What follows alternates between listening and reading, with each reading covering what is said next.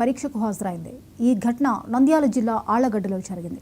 లక్ష్మీదేవి అనే విద్యార్థిని ఎద్దుల Papamma junior college inter second year చదువుతోంది. తండ్రి మరణించడంతో ఆమె పరీక్షకు హాజరు కాలేదు. విషయం తెలుసుకున్న కాలేజ్ ప్రిన్సిపల్ లక్ష్మి ఇంటికి వెళ్లి ఆమెకు ధైర్యం చెప్పి పరీక్ష రాయించారు.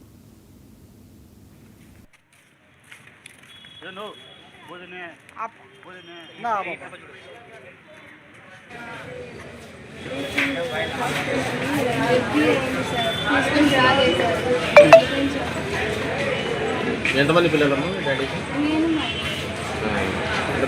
ఎప్పుడు చనిపోయాడమ్మా? చనిపోయినా మీరు పరీక్షలు రాస్తారు. ఏ ఇయర్ అమ్మా? Inter second year. మీకు ధైర్యం ఎవరు చెప్పారమ్మా ఈ పరీక్షలు రాయమని చెప్పడం? అంటే తండ్రి చనిపోయి ఎగ్జామ్ ఎట్లా రాశారు? బాగా రాశారా? సార్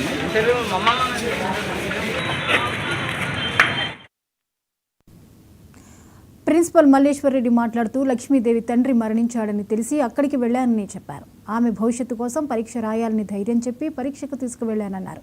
అంత్యక్రియలు కూడా దగ్గరుండి జరిపిస్తామని లక్ష్మికి భరోసా ఇచ్చి ఎగ్జామ్ రాయించినట్లు చెప్పారు. ప్రభుత్వ జూనియర్ కళాశాల చీఫ్ సూపరింటెండెంట్ పి మల్లేశ్వరరెడ్డిని మాట్లాడుతున్నాను. మా కళాశాలలో సీనియర్ బైపీసీ చదువుతున్న పి లక్ష్మీదేవి అనే అమ్మాయి వాళ్ళ నాన్నగారు రాత్రి హఠాన్మరణం చెందారు. ఆ అమ్మాయి ఇంటికి వెళ్ళి అమ్మాయికి ధైర్యం చెప్పి, అమ్మ ఇప్పటికే 4 పరీక్షలు రాశారు, ఇంకా 2 పరీక్షలు మాత్రమే మిగిలి ఉన్నాయి, ఈ 2 పరీక్షలు కూడా రాస్తే తప్పకుండా పాస్ అవుతావు, ఆల్రెడీ నువ్వు ఫస్ట్ ఇయర్ పాస్ అయ్యి ప్రాక్టికల్స్ కూడా బాగా రాసి ఉన్నావు కాబట్టి ఈ 2 పరీక్షలు కూడా ఖచ్చితంగా రాయాలి అని చెప్పేసి అమ్మాయికి ధైర్యం చెప్పి అమ్మాయిని కళాశాలకు తీసుకుని వచ్చి పరీక్ష రాయించి పంపించడం జరిగింది.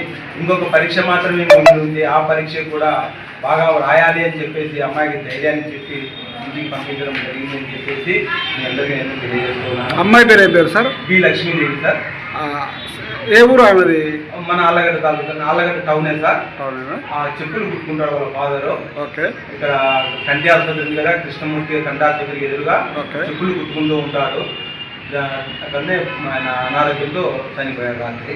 ఆ విషయం తెలిసి నేను మా టీసార్ వెళ్ళి అమ్మాయిని కుటుంబ సభ్యులను పరామర్శించి అమ్మాయిని పరీక్ష తీసుకుని వచ్చి ఇక్కడ మేము టీవీలో అన్ని ఏర్పాట్లు చేసి అమ్మాయిని పరీక్ష రాయించి మళ్ళీ ధైర్యంగా మళ్ళీ చివరి పరీక్ష 10వ తారీఖు ఉంది, ఆ పరీక్ష కూడా తప్పకుండా హాజరు కావాలి అని చెప్పేసి అమ్మాయికి చెప్పడం జరిగింది. ఈరోజు సాయంకాలం వాళ్ళ నాన్నకు అన్ని చేస్తామని చెప్పేసి